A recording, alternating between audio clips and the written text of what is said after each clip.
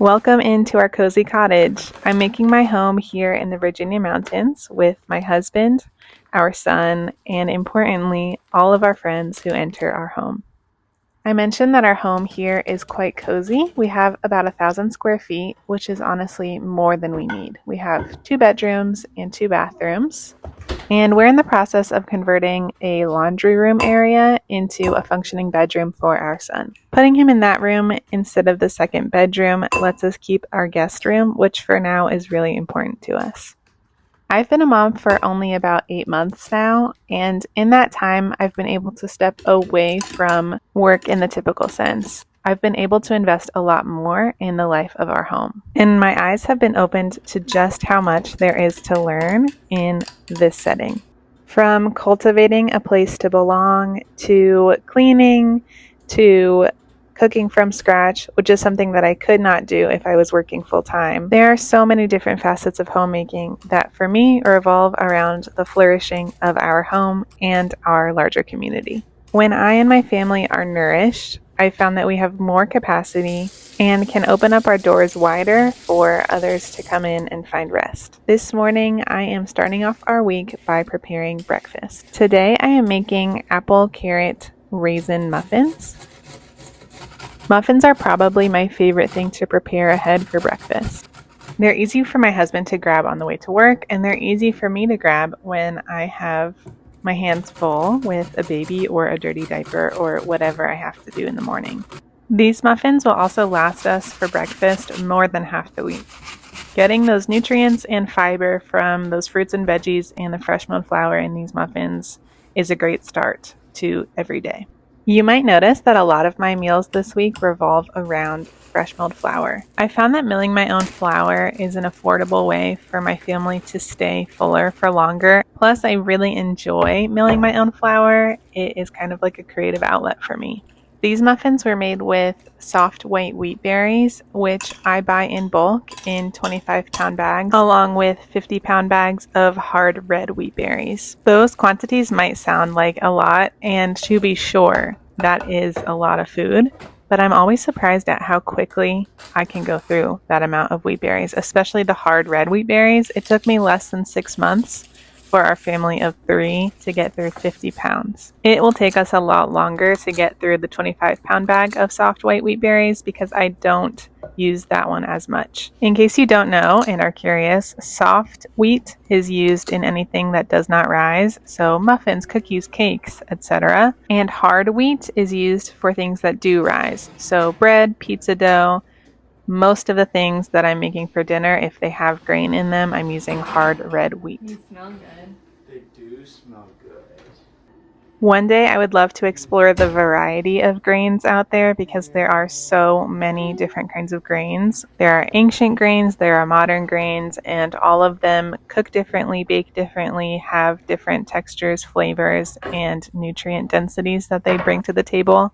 But we just don't have the budget for that right now. So I stick to my 50-pound bag of red hard wheat and my 25-pound bag of soft white wheat. I can buy so much at a time because if they're stored correctly, they store pretty much indefinitely. But even if I don't get to the hard red wheat within 6 months, it's going to be okay.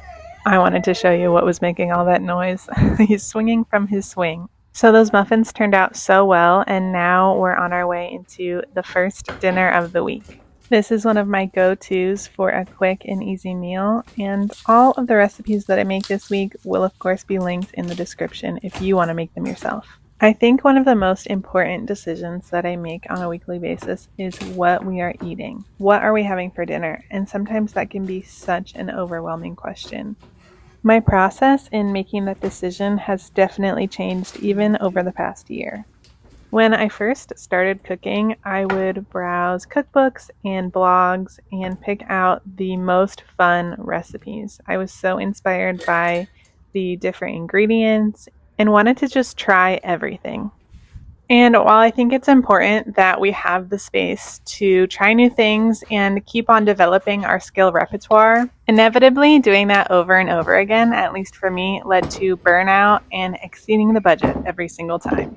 That's one way that I feel like my process has changed a lot since starting this journey of cooking and homemaking.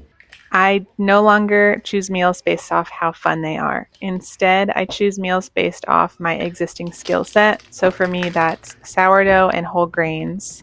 And I am more strategic about the new skills that I am learning or trying to implement. Trying to choose maybe one or two per month that I am experimenting in and seeing if I want to invest my mental energy into. Contrary to what I want to believe, the truth is that I do not have unlimited mental energy. My mental and physical energy ebbs and flows based off the season that I'm in. Some seasons I have more capacity, and other seasons, especially when I was pregnant, especially in my first trimester, I wasn't cooking at all. I feel like that's important to acknowledge in videos like these. This is what we're eating this week. That does not mean that we're eating this every single week. This is just a glimpse into my life and capacity right now, and I'm sure that'll look different even in a few months. What I just made is called a sourdough skillet. It's easy, made in one cast iron pan, and I love it especially with a lot of cheddar cheese on top.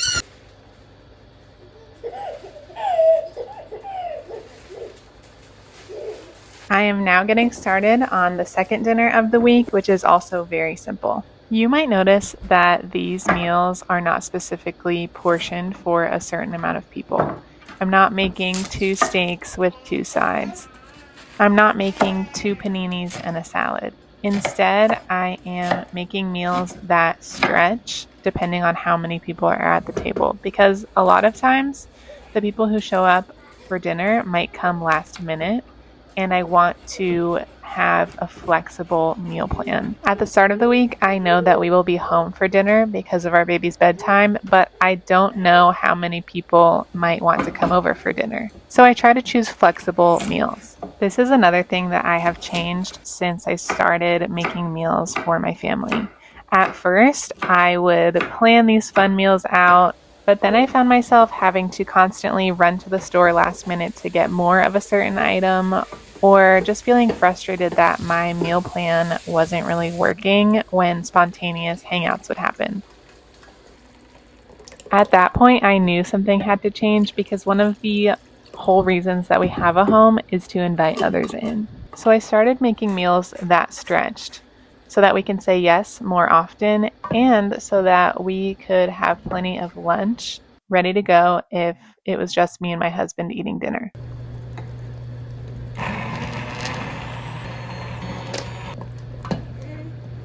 This is a grilled cheese and tomato soup night. The tomato soup is onions, garlic, lots of garlic, carrots, and olive oil sauteed. The only tomato product I had on hand was tomato sauce, so I added that in there, and I used my immersion blender to blend that all up with chicken broth and a little bit of milk.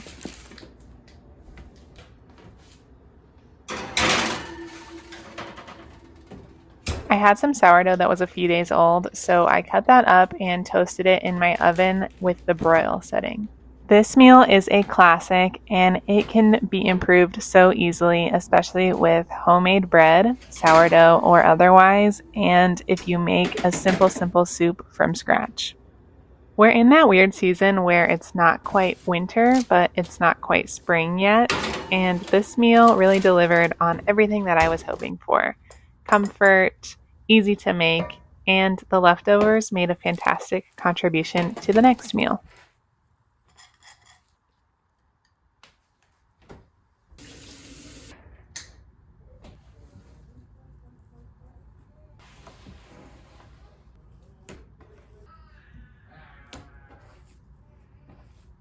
So, another thing that I have learned that I want to do differently in the kitchen has to do with a schedule versus rhythms. My whole life, for as far as I can remember, has been very scheduled. I always knew what was expected every hour of every day, even back to grade school and through university.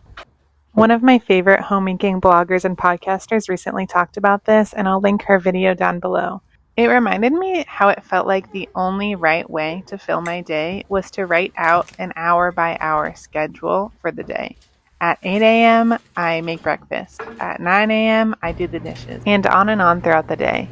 But that approach just never ever worked for me, and I kept getting frustrated when I couldn't meet the deadlines. I couldn't make breakfast at 8 a.m. because, especially when dealing with unpredictable little humans, life really can't be scheduled out to the minute.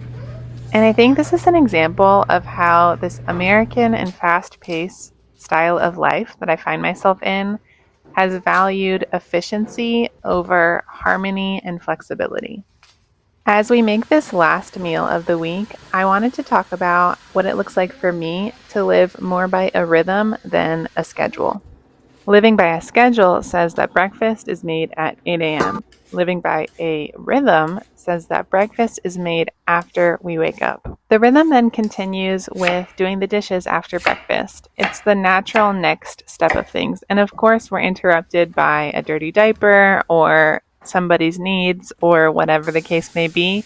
But that is the starting off point. Instead of ruled by time, we are moved by the next thing that needs to be done in our day's rhythms. By the way, this is a sweet potato and chickpea kale salad with homemade honey mustard, and it is one of my favorite meals that I do not make enough. It goes a long way and it's pretty inexpensive to make, especially when I do things like make the chickpeas from dry, which I did, and I cooked them in homemade chicken broth, which was so delicious. I know opinions differ on this, but I really like incorporating at least one meal every week that does not have meat in it. That way we can rely on other forms of protein like beans and cheese and things that are typically a lot less expensive, especially when we are having multiple people eat with us.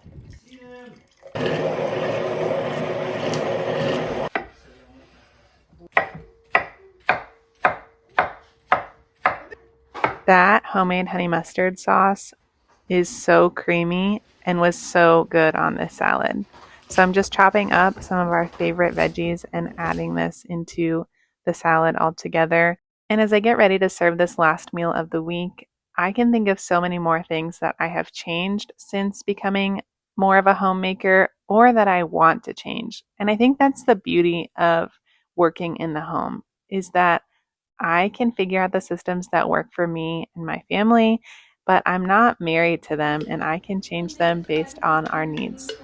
Maybe the next skill that I learn in the kitchen will be grilling over the summer, or making my own cheese, or learning a certain kind of cuisine. Regardless of what I learn next and how I change in the future, all of this is going to the same thing, which is cultivating a place to belong. And I wish you all the best as you try to do the same.